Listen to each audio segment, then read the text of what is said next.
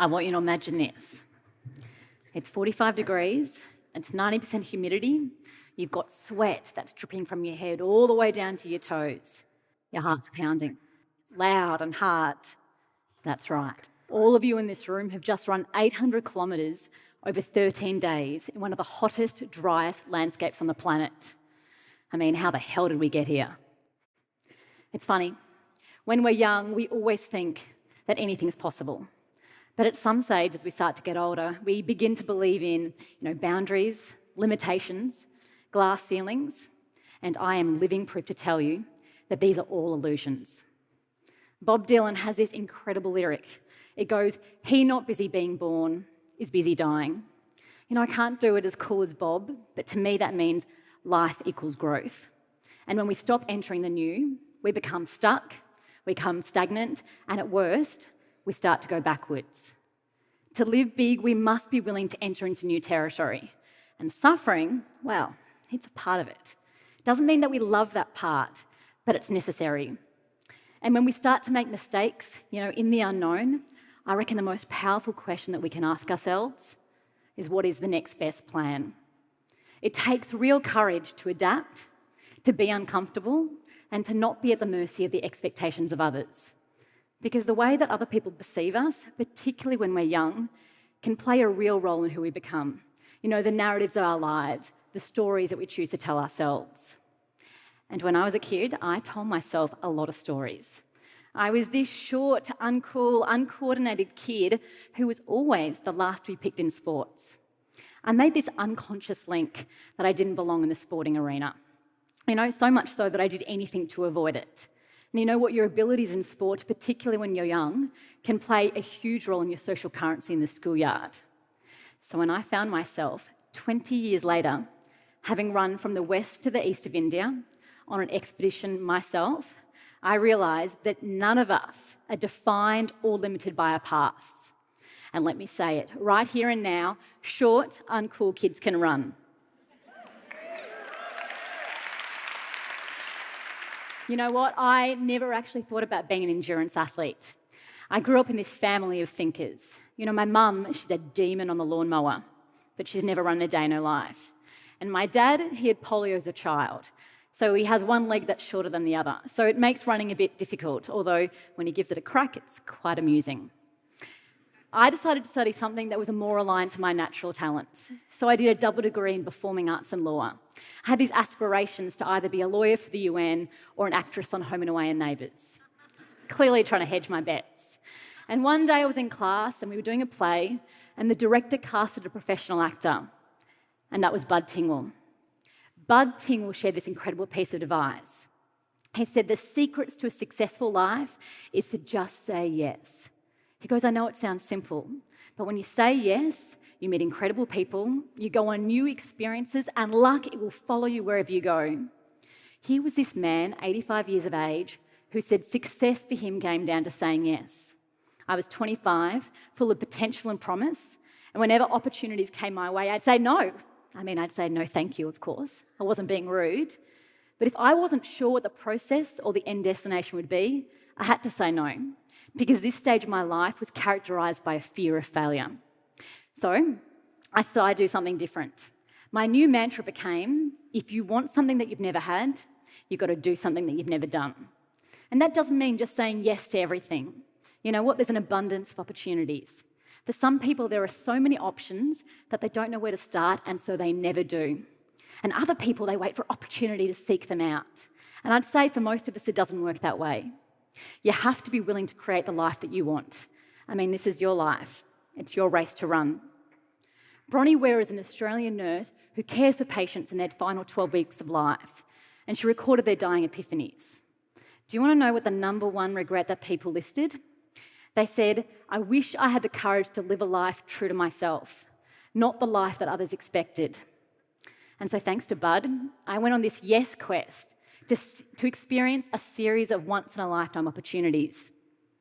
I backpacked through the US and I slept under the stars in the national parks. I went into the middle of the Australian desert and I performed circus arts for Indigenous kids. I went back to the US and I volunteered for a not-for-profit organisation that was providing free defence for prisoners on death row. But do you want to know what was the most unexpected transformation on my yes quest? It was signing up for my first marathon. I would love to tell you that I crushed it. The reality was I sucked. And the only reason that I got to the finishing line is because of this lady. She dragged me physically through the final 10Ks. And trust me, gravel rash, it's a real thing. Whenever we're transitioning from something that we do know to we don't know, there's this clunky phase in the middle where we're finding our way, and it can feel really uncomfortable. This is the space where so many people give up. You know what? Whenever we enter into new terrain, it can be a new business, new hobby, sport, relationship, there's always a period of rapid adaptation. And for me in that race, I didn't think I could run one more step, let alone 10 more Ks. But I was wrong. And when I got to the finishing line, it did not matter how ugly it looked in moments. This was a personal breakthrough for me. And it just left me wanting more. I wanted to explore more of myself and more of the world, more of my potential. And I thought, well, you know what? I have just run my first marathon. I'm going to become the first woman in the world to complete the 4 Desert Grand Slam. That was 4 250-kilometre desert ultramarathons in the hottest, coldest, driest and windiest deserts on Earth, all in 1 calendar year. I mean, the rules of the race were that each race went for 6 days, and you actually had to carry everything that you needed to survive in a pack on your back as you were running. I mean, what could go right? I had no idea what I was doing, but my survival strategy was simple. Adopt an attitude of relentless forward motion so that slow progress was still progress. You see, ego and pace couldn't be the focus for me. And as the race kicked off, really early on, I started to see people drop out. And I realised in the face of constant overwhelm, people think they have limited options. But I decided that I had a whole range of possibilities at my disposal. You know what I did? I created a checklist. I created a checklist of everything that I could do to keep me in the game. So I could slow my pace. I could buddy up with another runner to distract myself from the pain. I could put on some tunes, and Chariots of Fire, it works a real treat in moments like this. I could crawl on my hands and knees to the finishing line if that's what it took. I mean, we all need a plan to get us in the game. But when that plan no longer works or isn't relevant, the most important thing that we have to keep saying is be willing to, detach from that plan and create that next best plan. And you know what? I didn't just get to the finishing line. I actually became the first woman in the world to complete that race series.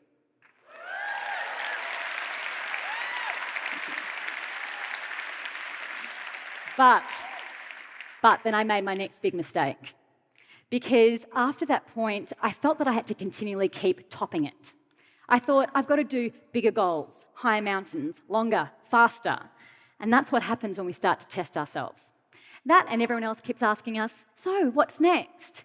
And I wanted to say a bloody good lie down, but I was compelled to continually step up. And so I heard about this race in northern India, 222 kilometres of non-stop running, peaking at 6,000 metres above sea level. And I wondered, how hard could that be? And as you can all imagine, really freaking hard.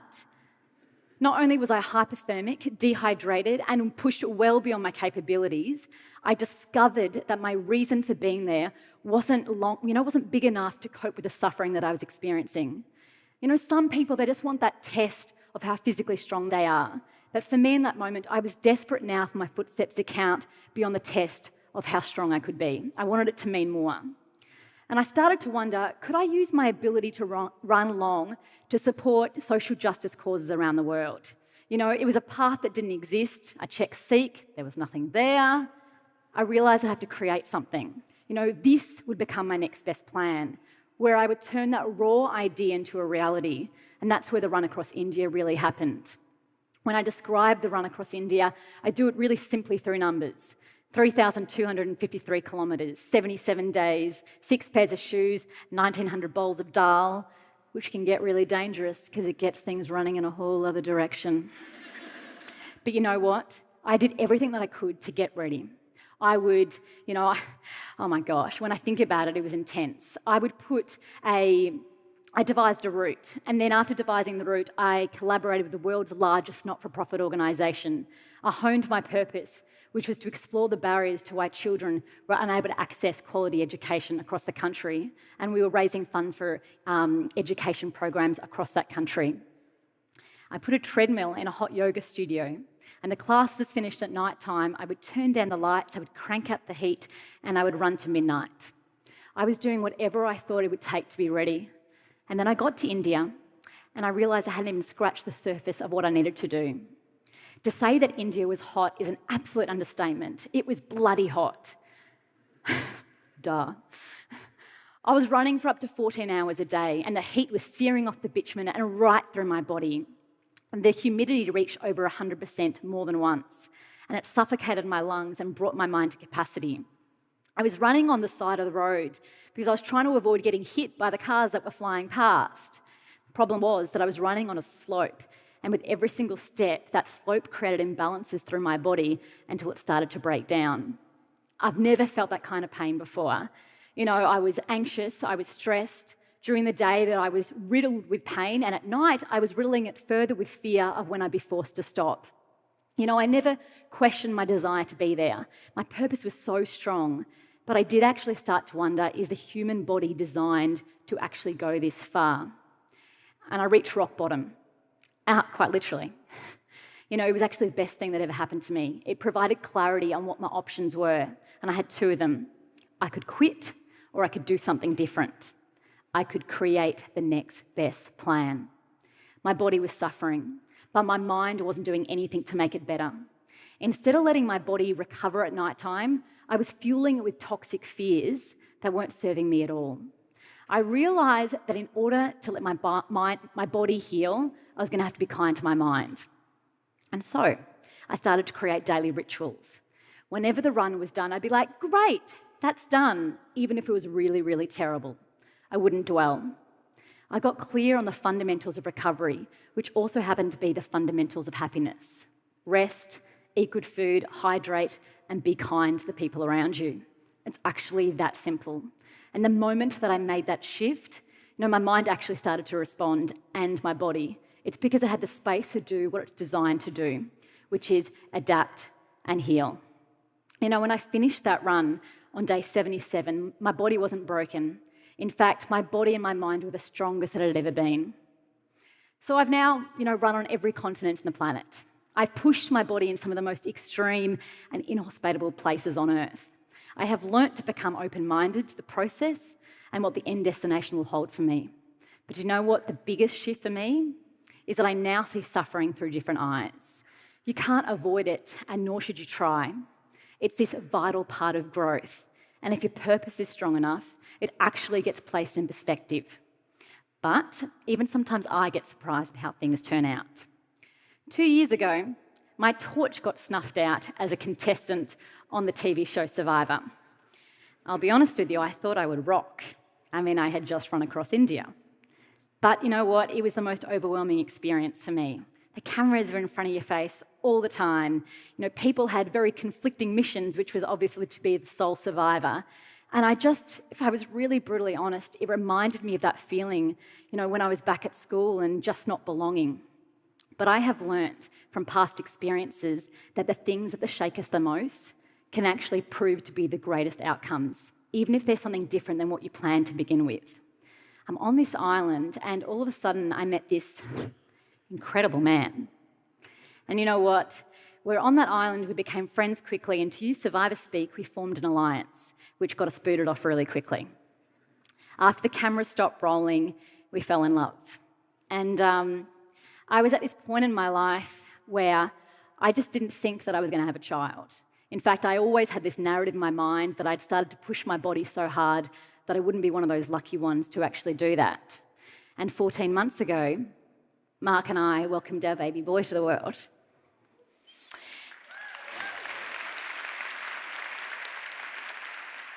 We didn't win the game of Survivor, but we created our own reality. And talk about a great next best plan. When we're bold enough to say yes to the unknown, we might not know how things will turn out, but it will always bring us closer to our purpose and help squash those barriers that we place in our mind. Thank you very much.